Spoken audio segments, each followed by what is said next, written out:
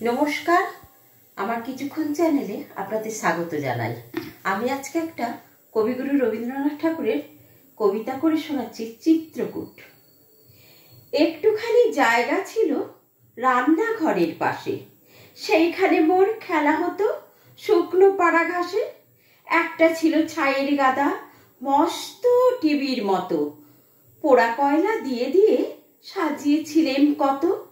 কেউ জানে না সেইটে আমার পাহাড় মিছিমিছি, তারই তলায় পুঁতেছিলেন একটি তেঁতুল বিচি।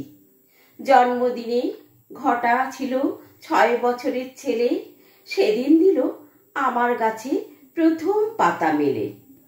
চারদিকে তার পাঁচিল দিলেন কেরোসিনের টিনে, সকাল বিকাল জল দিয়েছি দিনের পরে দিনে। জলখাবারের অংশ আমার এনে দিতেন তাকে, কিন্তু তাহার অনেকখানি লুকিয়ে খেত কাকে। দুধ যা বাকি থাকতো দিতেন, জানতো না কেউ সে তো। পিঁপড়ে খেত কিছুটা, তার গাছ কিছুটা খেত। চিকন পাতা ছেয়ে গেল, ডাল দিল সে পেতে। মাথায় আমার সমান হলো 2 বছর না যেতে। একটি মাত্র গাছ সে আমার, একটুকু সেই কোণ। চিত্রকূটের পাহাড় তলায় সেই হলো মোর বোন। কেউ জানে না সেথায় থাকেন অষ্টবক্রমণি, মাটির পরে দাড়ি গড়ায় কথা কন্যা উনি।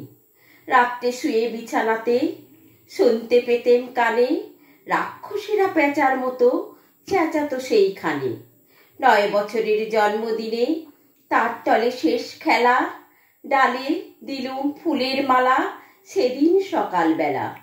বাবা গেলেন মুন্সিগঞ্জে রানাঘাটের থেকে, কলকাতাতে আমায় দিলেন পিসির কাছে রেখে। রাত্রে যখন শুই বিছানায় পড়ে আমার মনে সেই তেঁতুলের গাছটি আমার আস্তাকুড়ের কোণে। আর সেখানে নেই তপবন বয়না সুরধ্বনি, অনেক দূরে চলে গেছেন অষ্টবক্রমণি।